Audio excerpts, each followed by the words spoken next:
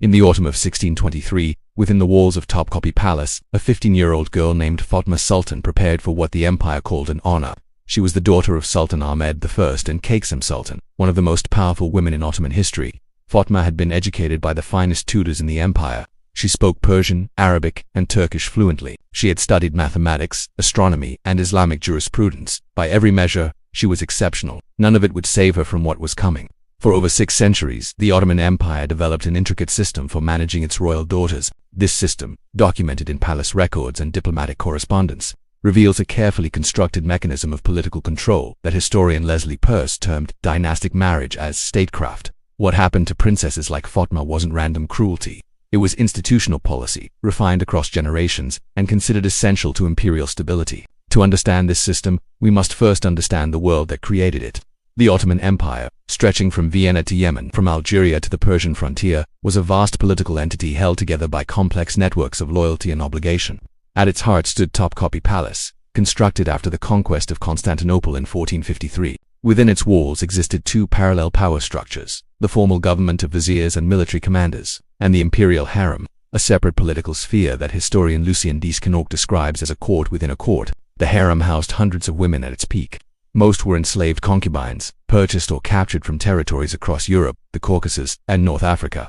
Ottoman law prohibited the enslavement of Muslims, so these women came from Christian, Jewish, and pagan communities. They entered the palace, stripped of their former identities, given new names, and trained in Ottoman customs. Their prospects depended entirely on catching the Sultan's attention. If they bore him children, particularly sons, their status transformed dramatically. They could wield considerable influence and even achieve freedom, but royal daughters occupied a different position entirely. Born at the summit of power, they faced restrictions that enslaved concubines did not. As historian Alan McHale notes, Ottoman princesses were too valuable to be free. Their marriages served as diplomatic instruments, binding powerful military commanders and provincial governors to the dynasty through kinship ties. The practice had strategic logic. The Ottoman system prevented princes from inheriting provincial governorships or building independent power bases, a policy designed to avoid civil wars of succession. But this created a problem: how to ensure the loyalty of the empire's military elite. The solution was to marry imperial daughters to these men, creating family bonds that theoretically guaranteed allegiance. By the early 17th century, this system had become increasingly formalized. Historian Peirce documents how marriages of Ottoman princesses grew more frequent during the period known as the Sultanate of Women, roughly 1530 to 1650, when queen mothers and powerful consorts exercised unprecedented political influence.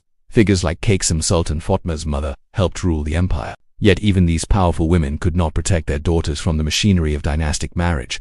The preparation process for royal brides, documented in palace protocols and memoir accounts, began months before the wedding. Young princesses underwent what palace records called bridal education. Though the term hardly captures the intensity of the experience, historical sources describe a systematic regimen designed to transform royal daughters into compliant wives.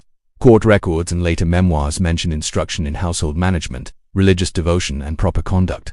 But beneath the formal curriculum lay something more troubling. According to historian Tule Arton's analysis of palace documents, princesses were subjected to prolonged isolation, restricted communication, and constant surveillance. Their movements were monitored, their correspondence was read, their daily routines were regimented down to the smallest detail. The goal, as one 17th century palace document states, was to instill complete obedience to the will of the husband. This wasn't education in any modern sense. It was conditioning, a deliberate effort to break down a young woman's sense of autonomy and replace it with reflexive submission. The men these princesses married were typically much older, often military commanders who had distinguished themselves in campaigns against Persia, Austria, or Venice. For these men, marriage to an imperial daughter represented the pinnacle of career advancement. It brought wealth, political protection, and proximity to the throne. The marriages were transactional, negotiated between the Sultan's council and the prospective groom with little input from the bride herself. Fatma Sultan's husband, Kara Mustafa Pasha, was a military officer approximately 20 years her senior. The match was arranged to reward his service and secure his loyalty. According to palace chronicles, the wedding in March 1623 was celebrated with elaborate public ceremonies, processions through Istanbul, feasts for thousands, displays of military prowess by the Janissary corps. But what the public celebrations concealed was a private reality documented in palace medical records encoded diplomatic correspondence. These sources reveal a pattern that extended far beyond Fatma's individual case. The wedding night itself was not a private affair in the modern sense. Ottoman palace protocol, preserved in administrative documents, indicates that consummation of royal marriages involved witnesses and record-keeping. Court physicians were present to verify that the marriage had been completed and to document the bride's condition afterward. What these medical records reveal is deeply disturbing. Historian Nil, analyzing palace health documents, found repeated references to what physicians called bridal illness or wedding night disorder among imperial princesses. Symptoms included mutism, inability to eat, violent trembling, loss of consciousness, and what the records describe as departure from the senses. In modern medical terminology, these are classic signs of severe psychological trauma and dissociation. The human mind, when confronted with overwhelming threat, sometimes protects itself by mentally disconnecting from the body's experience. Historical sources suggest this happened frequently enough to Ottoman princesses that palace physicians developed specific terminology for it. Fatma Sultan's case is particularly well documented. Palace records indicate she suffered what they termed complete collapse following her wedding night. For weeks afterward, she was unable to speak except in whispers. She refused food and had to be force-fed. She developed intense fear responses to male presence, even that of court eunuchs she had known since childhood. Court doctors tried various treatments, herbal remedies, music therapy, religious counseling. Nothing restored her to her former self. The intellectually curious young woman who had studied astronomy and debated with scholars effectively ceased to exist. In her place remained what palace observers described as a shadow, physically present but mentally absent. And Fatma was not alone. Cross-referencing palace archives, modern historians have identified similar patterns in the lives of other Ottoman princesses. Gefrahan Sultan, married at 13, spent years in seclusion after her wedding, rarely speaking. Bernazatik Sultan attempted to flee her husband's household multiple times. Hanzaid Sultan was reported to have engaged in self-harm. Several princesses died unusually young, often on or near anniversaries of their weddings. Deaths officially attributed to melancholy or brain fever. The frequency of these cases suggests institutional failure rather than individual tragedy. As historian Madeleine Silfiarges, the Ottoman system of dynastic marriage created predictable psychological harm because it was designed around political utility rather than human well-being. Young women were treated as diplomatic instruments, their personhood subordinated to reasons of state. What makes this system particularly noteworthy from a historical perspective is its sophistication. This wasn't crude violence or simple neglect. It was a carefully maintained institutional structure, passed down through generations, with formal protocols and trained personnel. Palace officials genuinely believed they were upholding tradition and ensuring imperial stability. The harm caused to individual princesses was viewed as regrettable but necessary.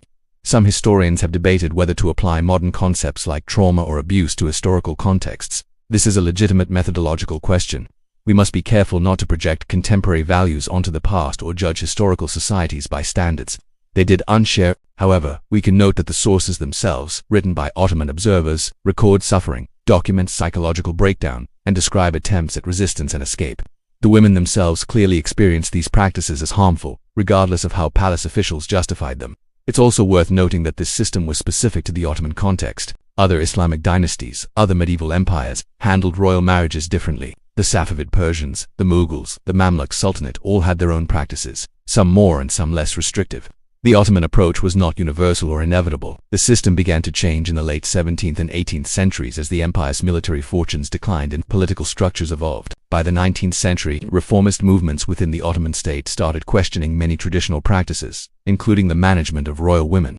The last generation of Ottoman princesses, living into the early 20th century, experienced considerably more autonomy than their 17th century predecessors, though significant restrictions remained until the dynasty's end in 1922. Fatma Sultan lived until 1652, dying at age 44. She bore several children. She attended court ceremonies when required by outward appearances. She fulfilled her role, but palace memoirs suggest she never recovered from her wedding night.